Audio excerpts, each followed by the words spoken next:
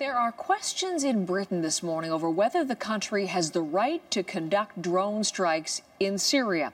The British government says it's a perfectly legal act of self-defense, but this follows revelations yesterday that it had already carried out such an attack at least once so far, targeting and killing 2 British ISIS fighters.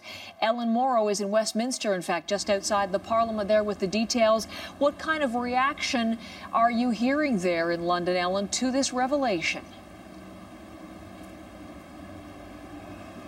Well, Heather, there's 2 big aspects to this strike. The first is that it's the first direct UK military involvement against ISIS in Syria that we know of. It's also the first targeted UK drone strike against a British citizen. So with those aspects, it's getting a lot of attention here in the UK this morning. If we take a look at some of the tabloid headlines this morning, the Daily Mail, they got what they deserved, referring to the British ISIS fighters that were killed in that strike. If we take a look at The Sun, wham, bam, thank you, Cam, a reference to British Prime Minister David Cameron. Now, David Cameron spoke about this strike yesterday in the House of Commons behind me, saying that it was justified because one of the fighters who was targeted and killed was planning attacks here in the UK. Have a listen.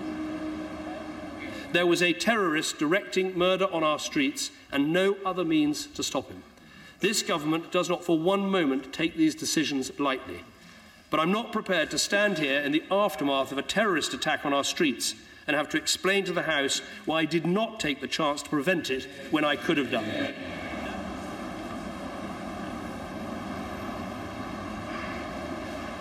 So some strong words from David Cameron there, but he is facing a lot of scrutiny over this drone strike, particularly over whether or not it was legal.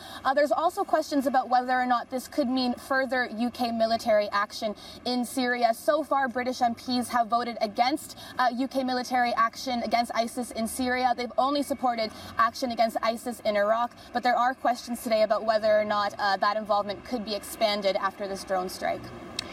Ellen, this is something that really came to the public attention just yesterday afternoon, our time. Have we learned in the hours since any more about the 2 British ISIS fighters who were killed?